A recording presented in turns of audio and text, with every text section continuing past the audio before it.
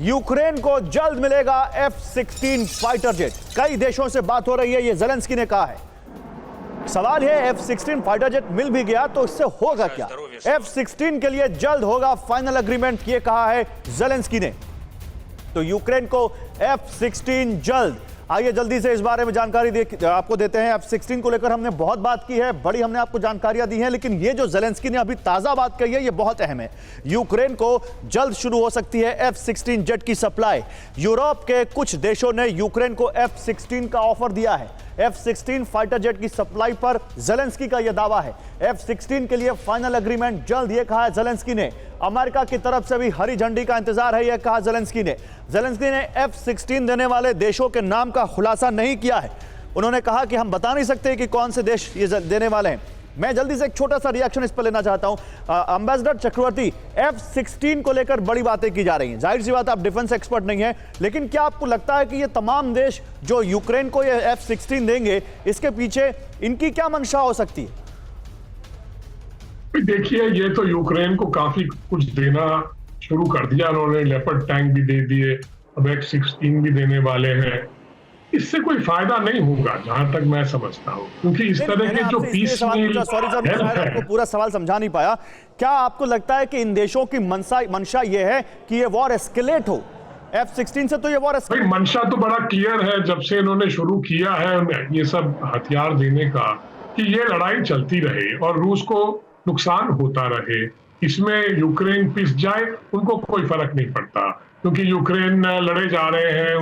उनकी सॉवरेनिटी, वो कहते हैं हमारी टेरिटरी ले लिया है, हमें वापस लेना है।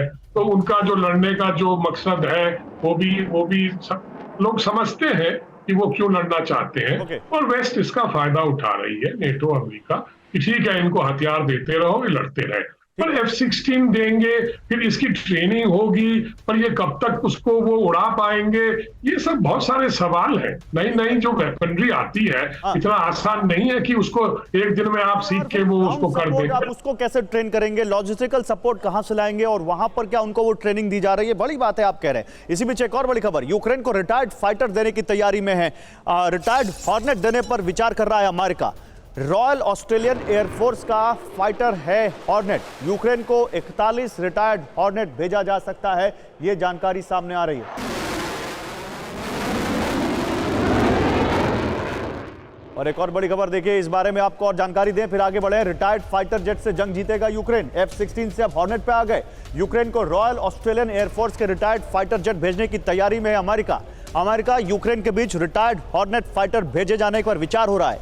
यूक्रेन को 41 रिटायर्ड F/A-18 हॉर्नेट भेजे जा सकते हैं। ऑस्ट्रेलिया का हॉर्नेट को नष्ट करने की बजाय यूक्रेन को देने का प्लान है। स्क्रैप भेज रहे हैं सब यूक्रेन, ऐसा लग रहा है। रिटायर्ड F/A-18 न्यू कैसल के विलियम टाउन राफ बेस पर मौजूद है। यूक्रेन को भेजने पर सहमति नहीं बनी तो इन फाइटर जेट्स को नष्ट कर दिया जाएगा। मनीष, जल्दी से एक छोटा सा रिएक्शन। ये मतलब हमारे का कोई काम का नहीं है, या तो हम इसको तबाह कर देंगे, या तो हम कबाड़ी को दे देंगे, या यूक्रेन को दे देंगे। यूक्रेन का स्क्रैप हाउस बन गया है क्या? और सबसे बड़ी बात देखिए, दाम बढ़ा करके दे रहे हैं।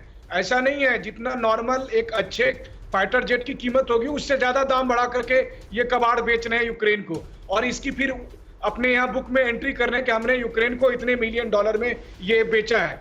और ये बात तो पकड़ में आ गई, खुद पेंटागन ने ये एडमिट किया कि हमने भी जो दिए थे वो बहुत सारे दाम बढ़ा करके हमने हथियार दिए थे। तो सच में यूक्रेन के साथ हो यही रहा है और यही बात पूरी दुनिया समझ रही है।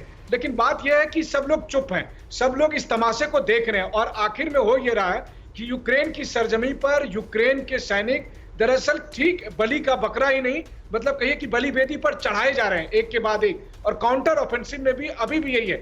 ऐसा कोई दिन नहीं है जब कई 100 यूक्रेनी सैनिक मारे जा रहे हैं। लगातार संख्या में नाटो के बख्तरबंद गाड़ियां खत्म हो रही है। हमने अपने दर्शकों को बताया लेपर्ड टैंक के बारे में, लेकिन इसके अलावा देखिए नाटो के शायद ही कोई देश हो जिनकी बख्तरबंद गाड़ियां या उनके टैंक ध्वस्त नहीं हुए हैं पिछले 2 दिनों में।